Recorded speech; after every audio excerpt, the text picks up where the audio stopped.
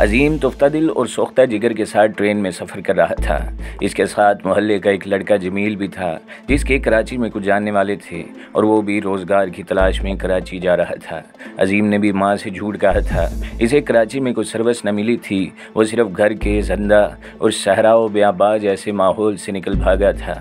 Train Rohri station पर आहिस्ता आहिस्ता रिंगती हुई जब प्लेटफार्म को छोड़ने लगी, अजीम खिड़की में बैठा बड़ी उदासी से फासलों को सिमटते हुए देख रहा था।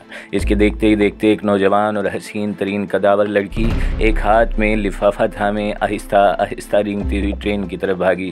ट्रेन अब स्पीड पकड़ रही थी, पहिए तेज़ी से खुटखुटाने लगे थे। लड़की ट्रेन के पास आई तो गाड़ी इस वक्त अपनी रफ्तार के असर पजीर अमल में थी। इत्तेफाक से वो लड़की भागती ट्रेन के इसी डब्बे को हाथ डाल सकी जिसमें अजीम बैठा हुआ था।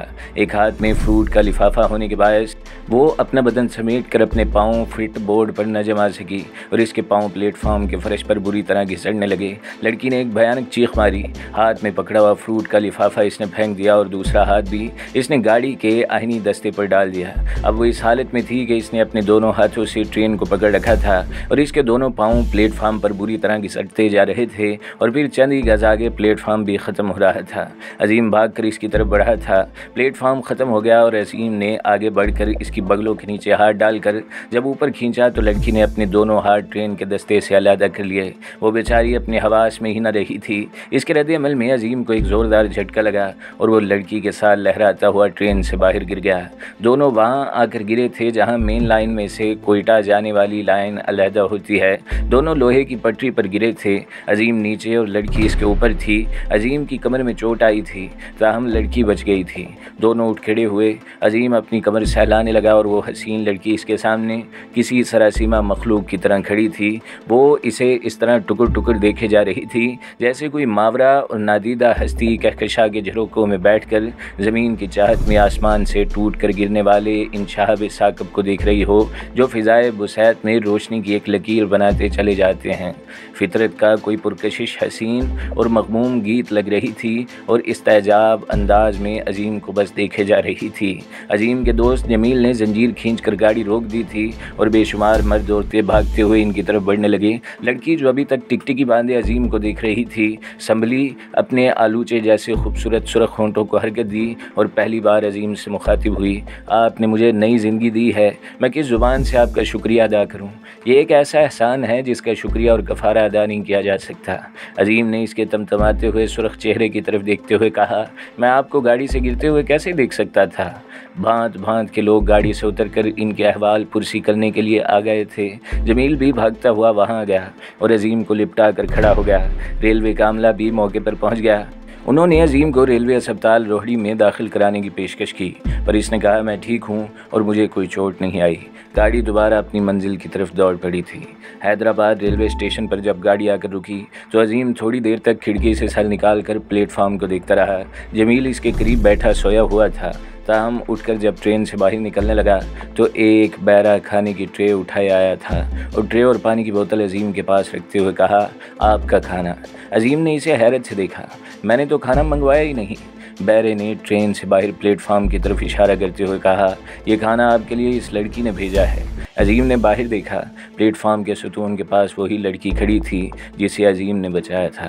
वो अपने दोनों हाथ जोड़े अजीम से खाना खा लेने की मिन्नत कर रही थी और वही हसीन मूर्ति की तरह खड़ी थी। अजीम इसे इस हालत में देखकर मुस्कुरा दिया और खाना खाने लगा। लड़की के चेहरे पर तमानियत बिखर गई थी और वो फिर अपने कंपार्टमेंट की तरफ चली गई थी। कराची रेलवे स्टेशन पर जब गाड़ी रुकी तो अजीम अपने दोस्त जमील के साथ अपना अटैची और बिस्तर उठाए प्लेटफार्म से बाहर आया। वो दोनों अभी किसी टैक्सी रिक्शे का जायज़ा ले रहे थे कि वही लड़की अजीम के करीब आई और इसे मुखातिब करके कहा, आप कहाँ जाएंगे? अजीम ने मुड़कर इसकी तरफ देखा। वो गले में सुरख रंग का छोटा सा चमड़े का खूबसूरत बैग डाले मुजस्समा हुस्न बनी खड़ी थी और इसके पीछे एक कुली इसका सामान उठाए हुए था। अजीम तकद्दुर के स्यालब में हो गया। बदहवासी में उसने जमील की तरफ इशारा करते हुए कहा, मुझे खुद इल्म नहीं कहाँ जाना है। ये मेरा दोस्त जमील है, इसके यहाँ कुछ रिश्तेदार हैं, हमें इनके यहाँ जाना है। जमील बताओ हमें कहाँ जाना है? जमील ने जेब से एक कागज़ निकाल कर इस लड़की की तरफ बढ़ा दिया जिस पर रेलवे कॉलोनी का पता लिखा हुआ था। लड़की ने एड्रेस पढ़ा और हैरत से कहा, इस पर कोई मकान या क्वार्टर नंबर नहीं लिखा गया। जमील ने अफसुर्दा और मगमूम लहजे में कहा, मेरी बहन, रोशनियों के इस शहर में वो झोंपड़ी में रहते हैं, हम दोनों को भी इनके साथ इस सेली ज़मीन वाली झोंपड़ी में रहना है। लड़की दंग रह गई। अजीम की ओर करीब होते हुए उसने दुख भरे लहजे में कहा, मेरा नाम कमल है, आपने अपना नाम बताया ही नहीं। मेरा नाम अजीम है। लड़की ने सरगोशी की, मैं कल 9 बजे केमाड़ी में इस जगह आपका इंतज़ार करूंगी जहां से मनोड़ा को लांछें जाती हैं। अजीम ने बड़ी बेबसी से कहा, मैं कराची पहली बार आया हूं, मैं नहीं जानता केमाड़ी क्या है। फिर मैं आपके साथ चलूंगी और जहां आपने रहना है वो जगह देखकर कल मैं खुद आपको ले जाऊंगी। हाँ, ये हो सकता है, अजीम ने कहा। तो फिर आइए मेरे साथ। कमल ने अपना, अजीम और जमील का सामान अपनी टैक्सी में रखवाया और इन्हें साथ लेकर वो रेलवे कॉलोनी की तरफ रवाना हो गई। जमील ने दूर ही से इसे वो झोंपड़ी दिखा दी जिसमें इन्हें जाना था और कमल इसी टैक्सी में वापस चली गई। अजीम और जमील अपना सामान उठाए इस झोंपड़ी के पास आए, लेकिन वहाँ आकर वो परेशान हो गए। झोंपड़ी का दरवाज़ा बंद था और बाहर ताला लगा हुआ था। दोनों थोड़ी ही देर वहाँ खड़े होंगे कि साथ वाली झोंपड़ी से एक आदमी निकला और जमील भाग कर इससे लिपट गया। वो इसका मामूजाद आरिफ था। जमील ने पहले अजीम से इसका तारुफ करवाया। आरिफ ने इस झोंपड़ी का ताला खोला और दोनों का सामान अंदर ले गया। नरसल की झोंपड़ी में सामने वाली दीवार के अंदर लकड़ी का एक छोटा सा रोशनदान था। कच्चे फर्श को लेप कर हमवार और सुथरा कर दिया गया था। आरिफ ने जमील को मुखातिब करके कहा, यह झोंपड़ी आप तुम दोनों के लिए है। मैं और मेरा साथी जो इस वक्त काम पर गया हुआ है साथ वाली झोंपड़ी में चले गए हैं। इस झोंपड़ी में हमारा एक मजदूर साथी रहता था जो कुवैत चला गया है और जाते हुए झोंपड़ी हमें दे गया है। हम दोनों फर्श पर ही सोते हैं। अगर तुम्हें चारपाई की ज़रूरत हो तो कल ला दूंगा। इसके अलावा तुम दोनों खुशकिस्मत भी हो इसलिए कि तुम दोनों की सर्विस का एक पेट्रोल पंप पर बंदोबस्त भी हो चुका है। अगर कल आराम करना चाहो तो कर लो। वैसे जब तुम दोनों चाहो मैं तुम्हें वहाँ ले जाकर तुम्हारी बात पक्की करा दूंगा। आरिफ ने इसकी बात काटते हुए कहा, हम कल से अपने काम पर जाएंगे। हम यहाँ आराम करने नहीं मेहनत करने आए हैं। फिर इसने अजीम की तरफ इशारा करते हुए कहा, मेरा साथी BA है, क्या इसके लिए कोई अच्छी सर्विस नहीं मिल सकती? मैं तो मैट्रिक हूँ, गाड़ियों में पेट्रोल भरता रहूँगा। फिर इसने आज तक ऐसा कोई काम नहीं किया। ये अपनी अम्मी का बड़ा लाडला बेटा है और चंद मजबूरियों के तहत एक अच्छी नौकरी छोड़कर यहाँ आया है। आरिफ ने उदास लहजे में कहा, अच्छी नौकरी के लिए किसी मिनिस्टर की सिफारिश चाहिए। हाँ, ये हो सकता है कि इसके लिए कुछ जुज़वक्ती काम और तलाश करेंगे। अब तुम दोनों आराम करो, मैं तुम दोनों के खाने का बंदोबस्त करता हूँ। आरिफ बाहर निकल गया। जमील ने झोंपड़ी की सफाई शुरू कर दी। अजीम ने भी इसके साथ काम करना चाहा पर जमील ने इसे मना कर दिया और यूं कराची शहर में दाखिल होने वाले 2 मुसाफिरों ने अपने बिस्तर मिट्टी के फर्श पर लगा दिए, अपनी नई ज़िंदगी की इब्तदा कर दी। आरिफ इनके लिए खाना ले आया और दोनों ने मिलकर खा लिया। आसमान पर जब रात छा गई वो दोनों अपने अपने बिस्तरों पर लेट गए। बाहर समंदर की तरफ से आने वाली सूंधी और नमकीन हवा साएं साएं करती हुई नरसल की झोंपड़ियों से टकरे मार रही थी। अजीम टिकटिकी बांधे छत को देख रहा था। इसकी आंखों से आंसू बह रहे थे। शायद माँ बहनों की यादों में खो गया होगा या सांप की तरह डसने वाले भाई का रवैया जहन में खुलजां पैदा कर गया था। इतने में जमील ने इसे पुकारा, अजीम भाई। अजीम ने बिस्तर की चादर से अपने आंसू खुश्क करते हुए कहा, हाँ सो गए हो? नहीं। फिर कोई बात करो अपने पुराने और अच्छे वक्तों की। अजीम जब खामोश रहा तो जमील फिर बोला, क्या सोच रहे हो? मैं जानता हूँ तुम्हें अम्मी याद आ रही हैं इसलिए कि तुम कभी घर से नहीं निकले, पर यहाँ तो मैं ही हूँ, तुम्हारा भाई हूँ और हम दोनों को मिलकर हालात की सरकश मौजों के अंदर अपनी ज़िंदगी की नाव को खींचना है।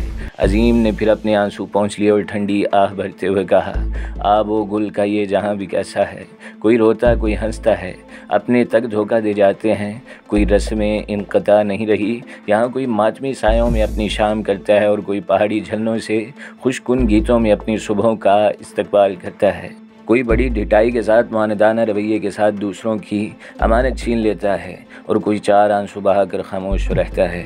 मुझे इस ज़िंदगी से, इस जहान से नफ़रत होती जा रही है जिसमें नोचा नाची है, दिल शिकन बेतनाई और लाखों का सऊदो नज़ूल है। फिर अजीम गुस्से में चिल्ला उठा, यहाँ रमीदगी है, वहशत, जहन्नम की कसाफत, सदियों का बोझ, समंदरों की कराह ज़ौलीदगी, कनूयत और शकावत है। मैं भी इन मुसाफिरों में से एक हूँ जो अब आतिफ व सियाल की तलाश में लाहौर से कराची आने पर मजबूर हुआ हूँ। जमील ने दुख से कहा, खुदा तुम्हारी रहनुमाई करेगा। अजीम ने खुफगी का इजहार करते हुए कहा, खुदा भी हम जैसे लोगों को जुल्मत के अमाक में गिरते हुए देखकर खुश होता है। वो भी इनकी मदद और रहनुमाई करता है जो पहले से खुश और अपने पाँव पर खड़े हैं। हम जैसों को तो वो नज़रअंदाज ही करता है। तुम जानो खुदा की तरफ इसकी फितरत के अनासिर भी इसी जैसे रवैये पर अमल कर रहे हैं। क्या तुमने कभी देखा है बारिश वहीं होती है जहाँ पहले से नमी हो। जलते तपते फकते और प्यासे सहराओं में क्यों काले श्याम बादल नहीं बरसते। हम जैसे प्यासे और तृष्णा लोगों की तर्ज ज़िंदगी इन सहराओं को भी नज़रअंदाज करता है वो, जैसे वो इसकी अपनी तख्लीक ना हो और शैतानी क़ुव्वतों ने इन्हें वजूद बख्शा हो। जमील खामोश रहा और इससे कोई जवाब न बन पड़ा। थोड़ी देर बाद वो दोनों गहरी नींद सो गए थे। अजीम की झोंपड़ी के सामने सुबह 9 बजे एक रक्षा रुका और कमल इसमें से बाहर निकली। इसने देखा झोंपड़ी के दरवाजे को ताला लगा हुआ था। वो कुछ सोचते हुए उदास हो गई। वो मुड़कर रक्षे में बैठना चाहती थी कि साथ वाली झोंपड़ी से आरिफ का साथी निकला और इससे करीब आते हुए पूछ लिया, आप किससे मिलेंगी। कमल ने मुड़कर इसकी तरफ देखते हुए कहा, इस झोंपड़ी वाले कहाँ गए हैं। हम दोनों ने इनके लिए नर्सरी के एक पेट्रोल पंप पर सर्विस का इंतज़ाम करा रखा था। वो आज ही अपने काम पर गए हैं। क्या आप इन दोनों में से किसी को जानती हैं। कमल ने बड़े इत्मीनान से जवाब दिया, इनमें से अजीम मेरा रिश्तेदार है। वो जब आए तो इसे कहिएगा कमल आई थी। शाम को मैं दोबारा आऊँगी। वो रिक्शे में बैठी और चली गई। शाम को जब वो दोबारा आई तो झोंपड़ी का दरवाज़ा खुला था।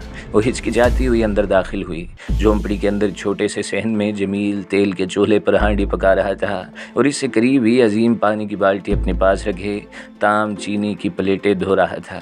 शायद वो बाज़ार से सारा सामान ख़रीद लाए थे और घर पर खाना तैयार करने का बंदोबस्त कर लिया था। कमल को देखते ही जमील खड़ा हो गया और बड़ी शफकत से बोला, आओ मेरी बहन। कमल तेज़ी से अजीम की तरफ बढ़ी और उसके पास बैठती हुई बोली, लाइए मैं सारी प्लेटें धो देती हूँ। अजीम ने बड़ी इनकसारी से जवाब दिया, मैं धो लेता हूँ, आप क्यों तकलीफ़ करती हैं। कमल ने ज़बरदस्ती इसके सामने रखी प्लेटें उठा ली और धीमी सी आवाज़ में कहा, मेरे होते हुए आप ऐसे काम नहीं कर सकते। जमील भी इन दोनों की तरफ देखता हुआ बोला, तुम रहने दो मेरी बहन, मैं खुद धो लूँगा। कमल ने आहिस्तगी से कह दिया, मैं धो लेती हूँ जमील भाई। जमील ने जल्दी जल्दी हांडी उतार कर चूल्हा बुझाया और रुमाल लेकर बाहर निकलता हुआ बोला, मैं तनूर से रोटी ले आऊँ। शायद वो अजीम और कमल को आपस में बातें करने का मौका देना चाहता था। जमील के बाहर निकलते ही कमल ने बड़े प्यार से पूछा, आप सुबह कहाँ चले गए थे। मैं आई थी, झोंपड़ी को ताला लगा हुआ था, काम पर चला गया था, मुझे सर्विस मिल गई है। कहाँ। एक पेट्रोल पंप पर। आप पढ़े लिखे भी हैं ना। बीए हूँ, उसने कहा। फिर कोई अच्छी सर्विस की होती। दिन भर पेट्रोल पंप पर गाड़ियों में पेट्रोल भरने की क्या तुक हुई। शुक्र करो ये भी मिल गई है, वरना घर से चलते वक्त मैं ये उम्मीद लेकर गाड़ी में बैठा था कि कराची में मुझे आम मजदूरों की तरह सीमेंट बजरी का काम करना पड़ेगा। मैं चंद मजबूरियों के तहत लाहौर से कराची आया हूँ। कमल ने प्यार से अजीम की तरफ देखा, कैसी मजबूरियाँ। और इस लहजे में अजीम ने कहा, मैं एक ऐसा इंसान हूँ जिसका कोई माजी और कोई मुस्तकबिल नहीं। शायद मैं इसे यूँ भी कह सकता हूँ कि मेरी ज़िंदगी मेरा माजी और मौत मेरा मुस्तकबिल हुई। मैं अपने आप को खो चुका हूँ और अपनी गुमगुश्ता ज़ात को, जिसकी कोई पहचान नहीं है, इस सांप की तरह तलाश करता फिर रहा हूँ जिसे अपने खोए हुए मोती की तलाश हो। मैं रोशनी के गीतों की तलाश में यहाँ आया हूँ। अगर अपने मकसद में कामयाब रहा तो शायद कुछ अरसा और ज़िंदा रह सकूँ, वरना मेरी रूह दुकान के बायस हलूल कर जाएगी। कमल के पके हुए अनानास जैसे चेहरे पर मुर्दनी छा गई। मैं आपकी इन बातों को समझी नहीं, खुलकर बताएं क्या कहना चाहते हैं आप। अजीम ने अपने ऊपर ढाए गए अपने भाई के जुल्म की दास्तान कहना शुरू कर दी। अजीम इसे अपनी बेबसी की कहानी सुनाता रहा और कमल इसके सामने बैठकर रोती रही। इसके लहजे में सरकशी और बगावत उतर आई थी। वो किसी पनहसारे की तरह थका थका लग रहा था और इसकी ज़ुबान बार बार गोते खा रही थी। कमल की हालत ऐसी थी जैसे तेज़ तूफ़ानों में किसी दरख्त की नाजुक टहनी टूट गई हो। अजीम जब खामोश हुआ तो कमल ने इसका हाथ अपने नाजुक सुरख हाथ में लेते हुए कहा, आज से आप मेरा तन मन जिस्म जान और मेरी रूह कलब हैं। अजीम ने पुरतासुर निगाहों से देखते हुए कहा, कमल, मोहब्बत की रात जैसी अथाह तारीकियों में खो जाने से कबल ये सोच रखो कि आने वाले दिनों में दो अजनबी मुसाफिरों की तरह हमारी राहें अलग तो ना हो जाएंगी। अगर ऐसा हो गया तो फिर ये मेरी ज़िंदगी का आखिरी हादसा होगा। कमल ने प्यार की गहरी निगाहों से अजीम की तरफ देखा, फिर शायद कोई फ़ैसला किया और वो सख्ती के साथ इस तरह अजीम से लिपट गई जिस तरह बेचैनी समंदर से बगलगीर होती है। मैं आपको अपना अपना साथी चुन चुकी हूँ। अजीम ने लर्ज़ां और फटी हुई आवाज़ में कहा, कमल, तुम्हारे दिल से उठती हुई मोहब्बत की शुआएं जिन्होंने तुम्हारे रुखसारों को ताबनाक बना दिया है, इनका जवाब मैं भी मुस्बत अंदाज में दूंगा। झोंपड़ी के दरवाजे पर खटका हुआ तो दोनों अलहदा हो गए। जमील रोटियां लेकर लौटा था। वो सहन से गुजर कर सीधा अंदर चला गया। झोंपड़ी के फर्श पर एक बहुत बड़ी चिटाई बिछाई गई, जिस पर ज़रा फासला रखकर 2 बिस्तर लगे थे और दरमियान में कुछ जगह खाली थी। जमील ने इस दरमियानी जगह में खाने के बर्तन लगाए, फिर दरवाजे पर खड़े होकर आवाज़ दी, आओ खाना खाओ। अजीम ने कमल से कहा, चलो खाना खाएं। कमल ने मुस्कुराकर कहा, मुझे भूख नहीं, खा ले जाकर, मुझे इजाज़त दे, मैं अब जाती हूँ। इतवार को सुबह ही सुबह आऊँगी और आपको शहर में घुमाऊँगी। कमल झोंपड़ी से बाहर निकल गई और अजीम अंदर जाकर खाना खाने लगा। एक रोज़ अजीम पोलो ग्राउंड के पास से गुजरता हुआ रेलवे कॉलोनी की तरफ जा रहा था कि इसने देखा सड़क किनारे एक मोटरसाइकिल गिरा पड़ा है और बूढ़ा सा एक आदमी अपने लिबास और गुज़ाकता से कोई बाहैसियत इंसान लगता है, पोलो ग्राउंड के अंदर ज़मीन पर बेसुध सा पड़ा है। अजीम ने इसके बूट जुराबे उतार दी और कुछ देर तक वो इसके पाँव रगड़ता रहा, पर वो बूढ़ा आदमी होश में ना आया। अजीम ने इसके चेहरे का जायज़ा लिया। सर्दी के बावजूद इसका चेहरा तप रहा था और पेशानी पर पसीने की नन्ही नन्ही बूंदें टपक रही थीं। बूढ़े के दोनों हाथ बड़े करब के अंदाज में दिल पर इस तरह रखे थे जैसे इसने अपने डूबते हुए दिल को थाम रखा हो। अजीम ने इसके दोनों हाथ हटाए और इसके दिल की जगह को आहिस्ता आहिस्ता रगड़ने लगा। थोड़ी देर बाद इस बूढ़े ने आंखें खोली। परेशानी के आलम में पहले अपने चारों तरफ इसने निगाहें दौड़ाईं, फिर इसकी निगाह अजीम पर मरकूज हुई और इसने बड़ी शफकत से देखते हुए कहा, तुम कौन हो बेटे? अजीम ने हमदर्दी का इजहार करते हुए कहा, मैं एक ऐसा इंसान हूँ जो दूसरे इंसान को तकलीफ़ और दुख में देख कर रुक गया है। मेरा नाम अजीम है। बूढ़े ने मुर्दा सी आवाज़ में कहा, शायद तुम इस 20वीं सदी के बेहतरीन सपूतों में से एक हो। मेरी गाड़ी भी शायद तुम्ही ने उठाई है। जी हाँ, पर आपको हुआ क्या है? बूढ़े ने उठकर बैठने की कोशिश करते हुए कहा, मेरा नाम फ्रांसिस है। दिल का मरीज़ हूँ बेटे। ऑफिस से लौट रहा था कि दिल का अटैक हो गया। गाड़ी से गिर पड़ा और यह हालत हो गई। आप किस ऑफिस में काम करते हैं? PIDC बिल्डिंग में बैंक ऑफ बहावलपुर के हेड ऑफिस में अकाउंटेंट हूँ। अजीम ने इसे सहारा देकर उठाया, इसे मोटरसाइकिल के पास लाकर पिछली सीट पर बिठाया और ख़ुद वो मोटरसाइकिल वहाँ से निकाल कर मैकवर्ड रोड पर लाया। एक कैफ़े के सामने वो रुका।